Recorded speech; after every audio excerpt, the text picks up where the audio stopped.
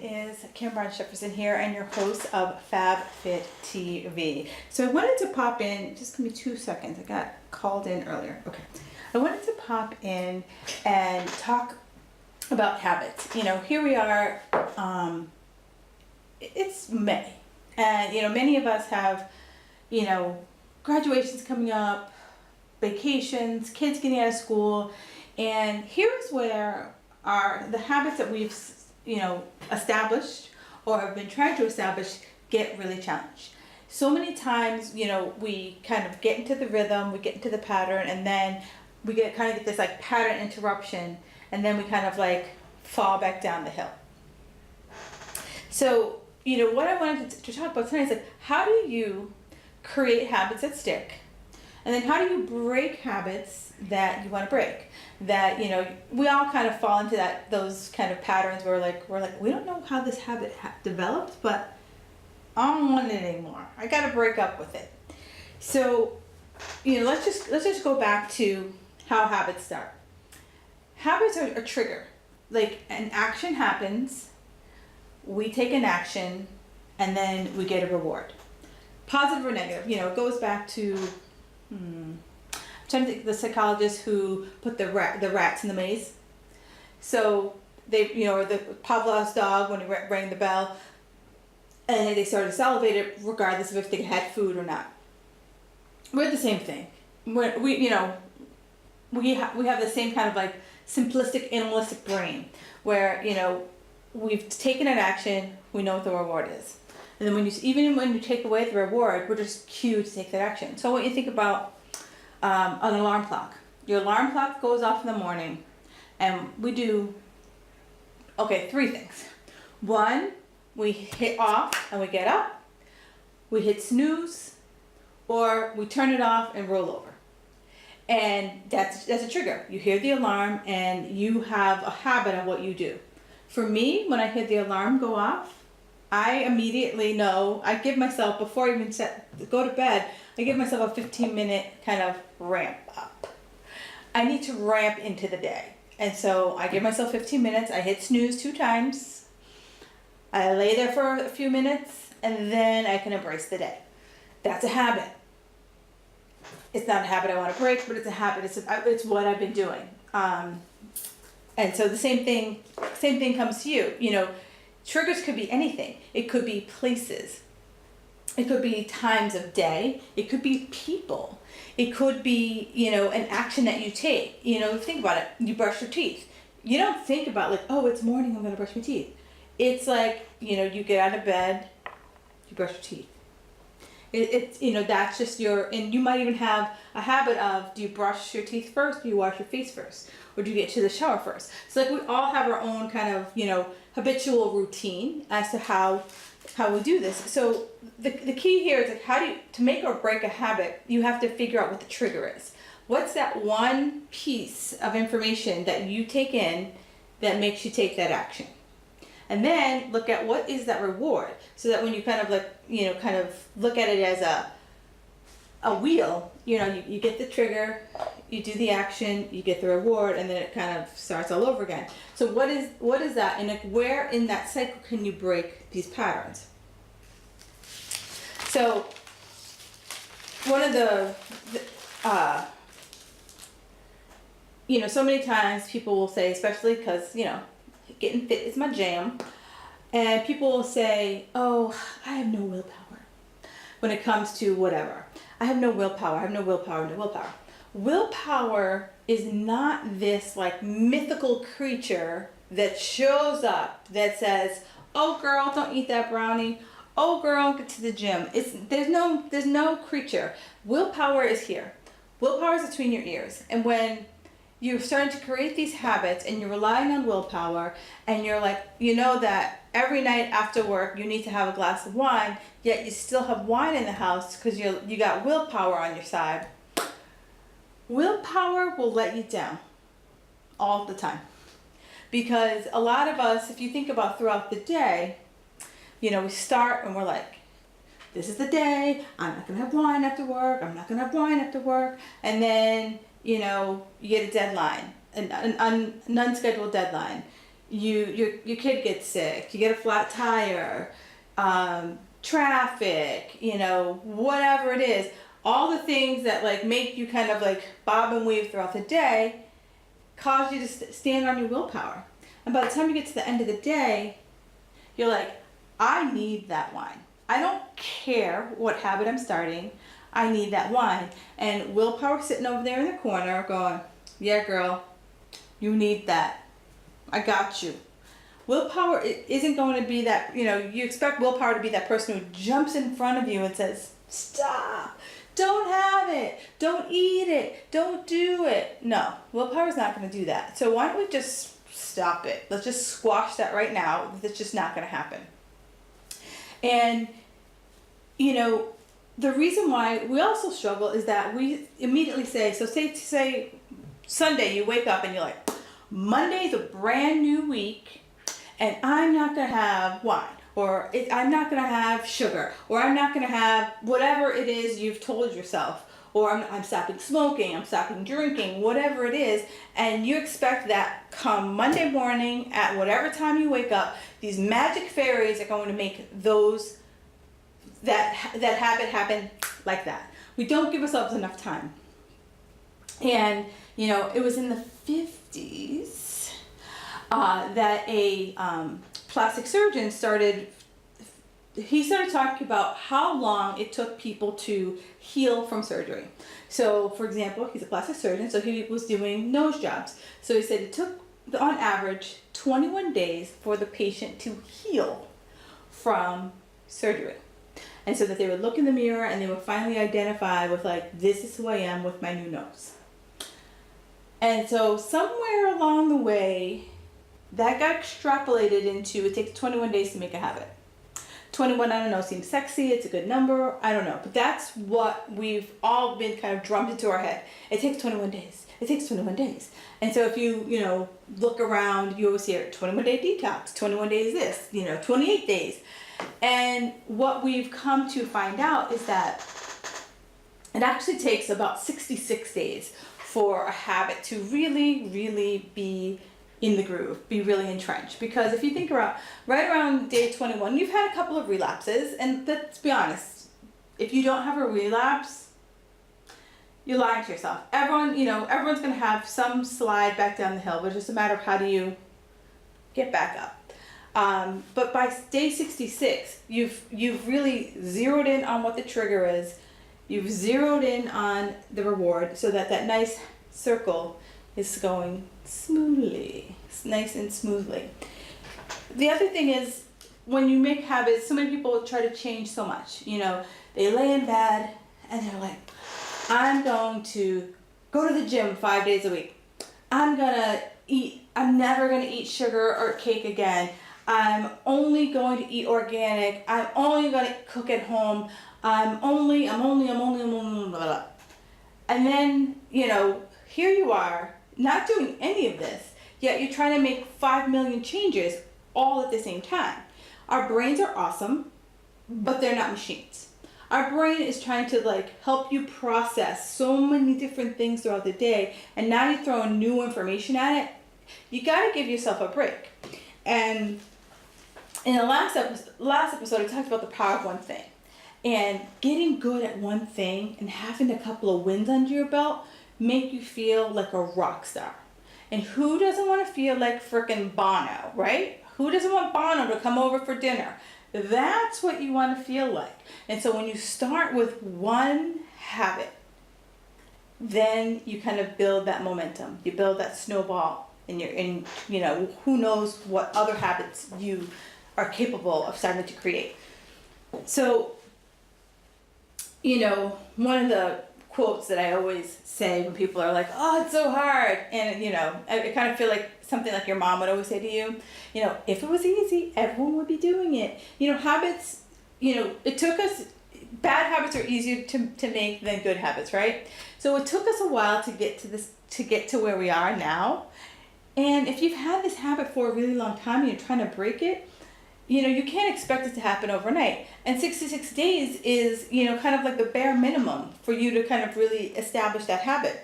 And for whatever habit you're trying to break, you have to really zone in on the triggers. You know, when I took a course all about habits, and the instructor, he talked about how when he was a kid, you know, living in Italy, they would go to the bakery every Friday after school. And he just remembers, like, you know, the smell of the bakery, the smell of bread, the taste of, like, you know, bread coming right out of the oven. And it just, like, brings him back to going to the store with his mom. So every time he goes to any place that he smells fresh bread, he's got to have it. You know, so it's like, you know, because it reminds him of something, and that's his trigger. It doesn't happen all the time, but it's just when he smells that bread, he goes back to going to the grocery store with his mom. And we all have those, like, you know, certain things that kind of remind us of a family member, an occasion, a moment. So, you know, what are your triggers? You know, and if you're trying to create a new habit, what are some of the strong triggers that you do every day? So, I have to take this medication, and I have to take it 15 minutes after I eat. So it's been interesting to kind of create this habit of 15 minutes after I eat. So now it's kind of like it's been about a month, and I'm still trying to figure out where to place it. You know, do I place it, you know, after I have coffee? And then do I place it after do I place it in the evening before I go to bed? You know, where are my habits more focused on being able to do that 15 minutes after I eat? So, you know, that's the trigger. Like, figuring out what that trigger point is, that's the key. And it's not an overnight thing. The other thing is emotions. You know, you can tie an emotional tie to it. And a why. You know, why do you want to make this habit?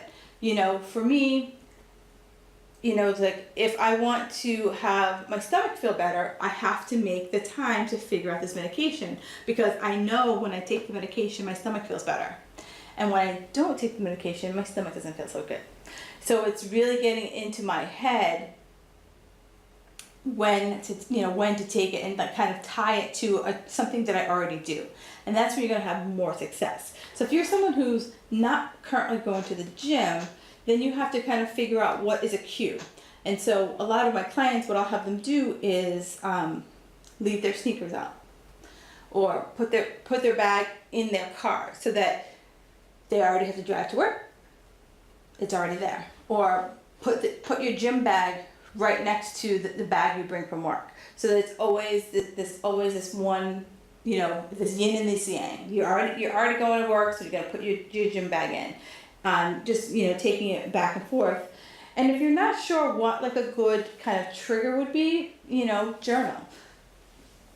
Write in your journal what are good triggers. And, you know, like, the more emotion that you have to it, the more it's something that is already, like, established. So we talked about, like, you know, breakfast. If it's something that you can wrap around your breakfast routine, wrap around your morning routine, something that you can kind of put into that. And I know that, you know, you're probably like, my mornings are pretty compressed, but, you know, if it's something that's simpler and easier, it could be something that you can toss into your morning routine. Something that you could put at lunchtime. Something that you could put, before you go to bed. And, you know, this trigger is the same with good habits and the same with bad habits. You know, you just need something that's going to say, hey, stop it. And, you know, it could be, you know, setting a timer. I know when I'm working with clients and trying to get them to drink more water, I will say, you know, set a timer so that every 2 hours you have a glass of water. And so the timer is the trigger for them to say, okay, it's water. And, you know, depending on the phone you have, at least on the iPhone, you can write time to drink water, so you know what the heck this beeping is going off for you.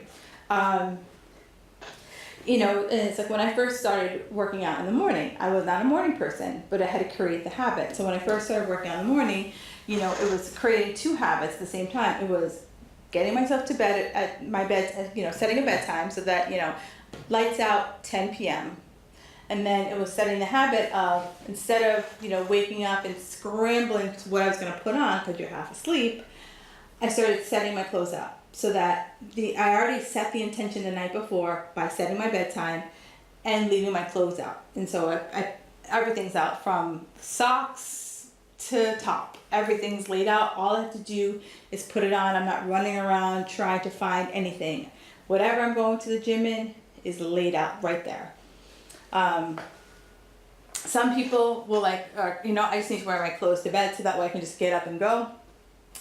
Whatever's going to work for you. It's like, this is the beauty of it.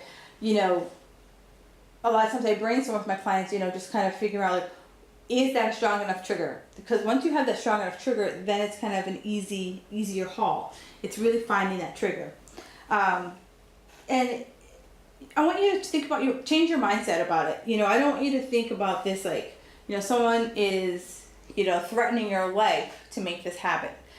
You've decided to make this habit. You've decided to make an improvement in your life. You may decide to make an improvement in your health. And now this is your decision. So instead of being you're out at a restaurant and say you've given up fried food. I can't have fried food. Just be like, hey, you know what? I'm choosing to eliminate fried food. And just the shift from I'm choosing, because you did choose. No one came to you and said you can't have fried food. Unless, some medical professional told you that. But you chose, you know what? I'm getting healthier, so I'm going to eliminate, whatever it is you've decided to eliminate. And you've just said, I choose to. I'm not, you're not just being victim here. And it gives you empowerment over it, because it's really easy when you start to create these habits to go down that victim route. And you're really not a victim here. You're setting yourself up for success. And that's amazing. So you should, take pride in that you're taking strides to make a change. And you are going to be challenged. I would be a liar if I said, oh, just find that trigger and it's going to be all good. No. You are going to have those dark moments. You're going to have those days where you're just like, you know what? Screw it. I'm having a pizza. Or you can have one of those days that screw it. I'm having a cigarette. Whatever it is, you're going to have those days that you just want to throw up your hands and, dive in to that habit. And that's when you kind of really go back to why did you start? You go back to getting strong in those feelings of what feeling are you looking for by creating this habit? What feeling were you looking to get rid of by breaking the habit? And I find that when you tie your life to feelings, it's much more powerful than just saying, oh, I just don't want to have brownies anymore. It's because it's what does having the brownies make you feel? And it's well, when I look in the mirror, I feel fluffy. And I don't really hate feeling fluffy. I hate feeling fluffy because then I can't fit into my pants. And then it's this whole big thing. And then you're you know what? How bad do I need that brownie? Because it starts this whole wave of other things.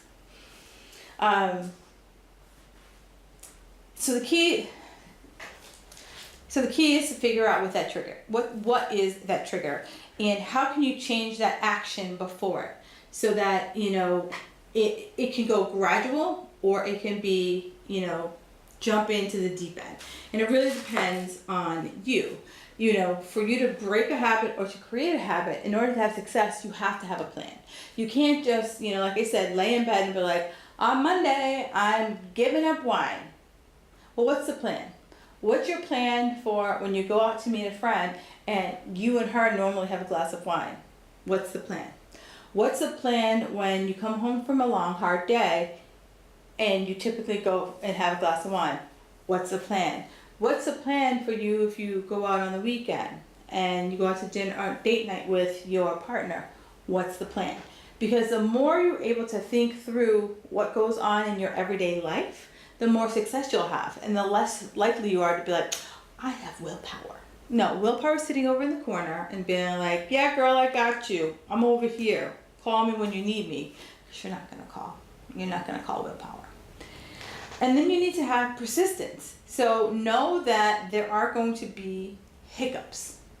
And know that, you know what? I want this so bad that I'm going to not get knocked down and I'm going to get back up. I'm going to dust myself off.